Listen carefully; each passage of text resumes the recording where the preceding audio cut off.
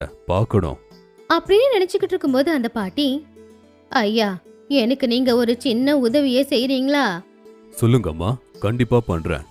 அந்த பூ எடுக்க போகணும்னா வழியில நிறைய பிரச்சனைகளை சந்திக்க வேண்டியதா இருக்கும். எனக்கோ வயசாயிடுச்சு. அவ்வளவு பெரிய சாகசத்தை என்னால பண்ண முடியாது.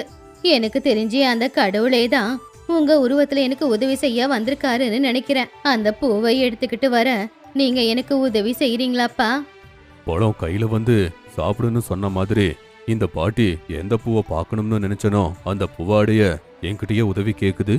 ஆஹா, என்ன ஒரு வாய்ப்பு. சரி பாட்டி, நான் உங்களுக்கு கண்டிப்பா உதவி பண்றேன். அப்படின்னு சொல்லி தர்மேந்திரா குதிரைய அங்க இருக்கிற ஒரு மரத்துல கட்டி போட்டுட்டு பாட்டி கூட காட்டுக்குள்ள போய்கிட்டு இருந்தாரு. கொஞ்ச தூரம் போகும்போதுதான் அவங்க 2 பேரும் சுக்ரீவதாரா அப்படின்ற ஒரு ஆத்து பக்கத்துல போய்கிட்டு இருந்தாங்க. அந்த ஆத்து தண்ணியோட வேகம் காத்தை விட அதிகமா இருந்துச்சு. நாம இப்போ இந்த ஆத்த தாண்டி அந்த பக்கமா போகணும்ப்பா. என்ன, இவ்வளவு வேகமா ஓடுற நதியை தாண்டணுமா? அது கொஞ்சம் கஷ்டமா, ஆனா நான் முயற்சி பண்றேன். அப்படின்னு சொல்லி தர்மேந்திரா அந்த ஆத்த தாண்ட முயற்சி பண்ணான். அவன் அந்த ஆத்துக்குள்ள இறங்குனான்.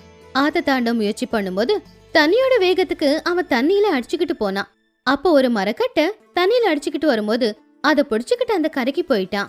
அவன் அந்த கரைக்கு போய் சேர்ந்த உடனேயே காத்தை விட வேகமா போய்கிட்டு இருந்த தண்ணியோட வேகத்துல எந்த ஒரு அசைவும் இல்ல.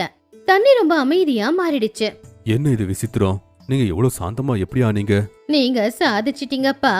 எனக்கு தெரிஞ்சே அந்த பூ பூத்திருக்கு அப்படிங்கிறதுக்கான அடையாளமே இதுதான். வாங்க நாம போகலாம் அப்படின்னு சொல்லி அந்த பாட்டி ஆத்த தாண்டி ராஜா கிட்ட வந்தாங்க. 2 பேரும் நடந்து போய்கிட்டு இருக்கும்போது அங்க ஒரு பெரிய மலை வந்துச்சு. ஐயோ, எவ்வளவு பெரிய மலை! இன்னும் எவ்வளவு தூரம் பாட்டி? வந்துட்டோப்பா. அதோ அந்த மலைக்கு மேல